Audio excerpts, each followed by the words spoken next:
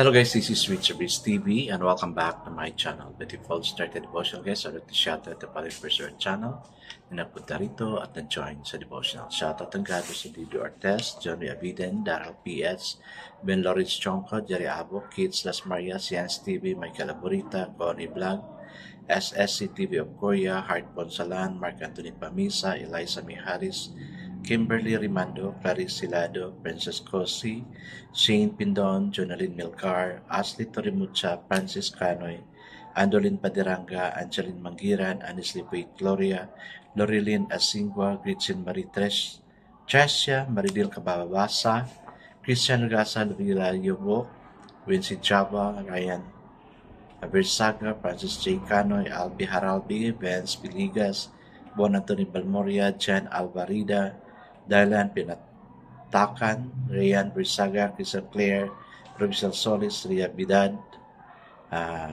Marian Comendador, GJ Patrocinio, and Ken Mondero. Shoutout na rin sa mga hindi nakisabay na manood sa devotional, but still napunta pa rin dito para manood at makinig sa devotional. God bless us all guys.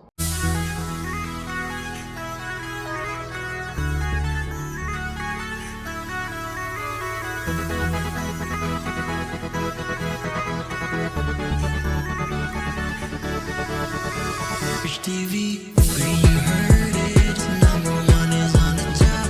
Good advice is will never stop. Rich TV, when you heard it, number one is on the top. Good advice is will never stop. Kunting araw na lang guys, graduation yun na sa mga grade 12 of course. But of course sa mga grade 12, no, sana, though it's already vacation, but still I'll ask you to come and join the devotion. Kasi this is also a way of planting, reminding us of God's Word, how we live our life. Kasi gusto natin mapunta sa heavens, of course.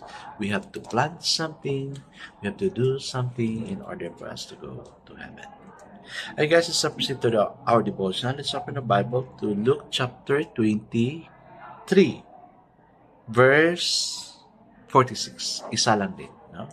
Still guys, I'm using the devotion study Bible because the words you see is simplified na maintindihan talaga natin. Okay, the word of the Lord in Luke chapter 23, verse 46 says, Jesus called out with a loud voice, Father, into your hands I commit my spirit. When he had said this, his breath, his last. Amen and amen. Okay guys, let's now pray.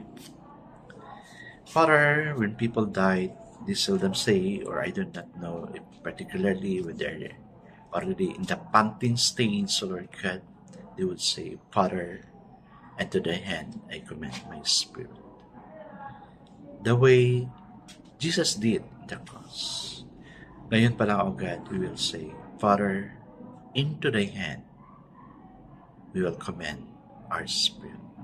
Yes, Father, it is really true to say it, especially that you're the owner of our life.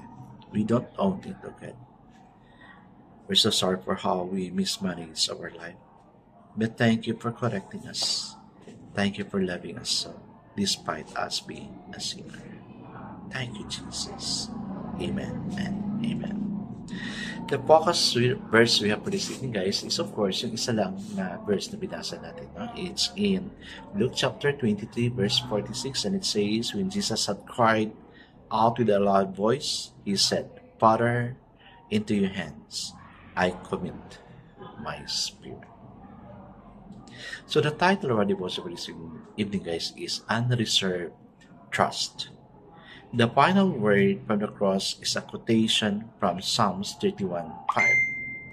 It was a familiar to every Hebrew child in Jesus' time as the child's prayer, now I lay me down to sleep, is in our time. At the final moment, Jesus remembers and prays this prayer of deep trust and relinquishment. His great sacrifice for the sin of the world was completed in unreserved trust. However, old we grow or wise we become, The heart of the dynamic life is in this prayer. Jesus' life hath exemplified it at every turn. His times away for prayer and strength.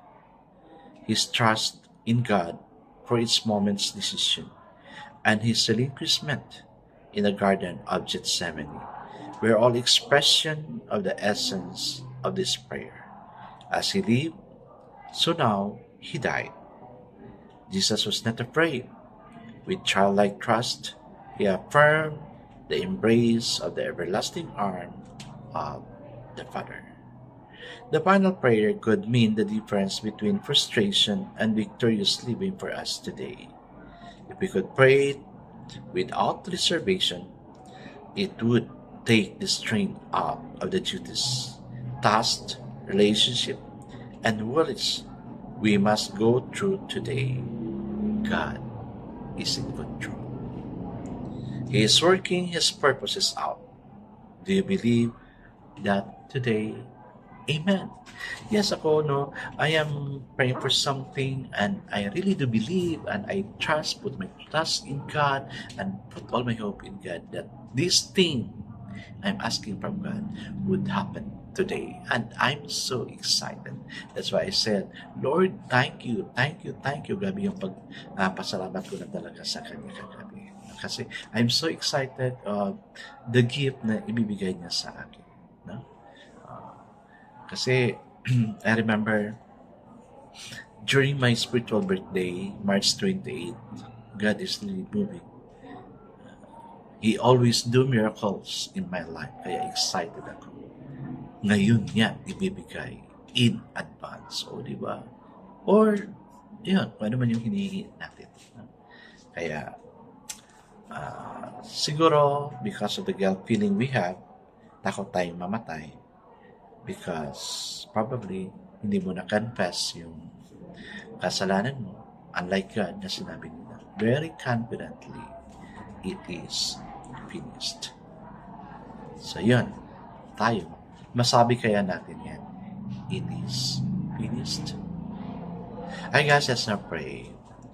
Father, like you, O God, we look unto you as an example to be followed because your life is perfect. But no matter how much we live, strongly believing that our life will become perfect, but yet many times before. Lord, teach us to say it is finished, O Lord God, with confidence, despite the things you have done here on earth. We are still rest assured that we can go to your heaven. Lord, bless us, O God. Bless us, O God. Yes, Lord, we commit all these things to you. In Jesus' name we pray. Amen and amen. Guys, masabi ba natin? Father, into your hand, I commit my life. Sana, guys. With confidence, we can say that very short prayer. God bless us always because I know that surely blesses 10 times better. This is again Rich with TV. Kita-kita tayo ulit. Sa muli, paalam!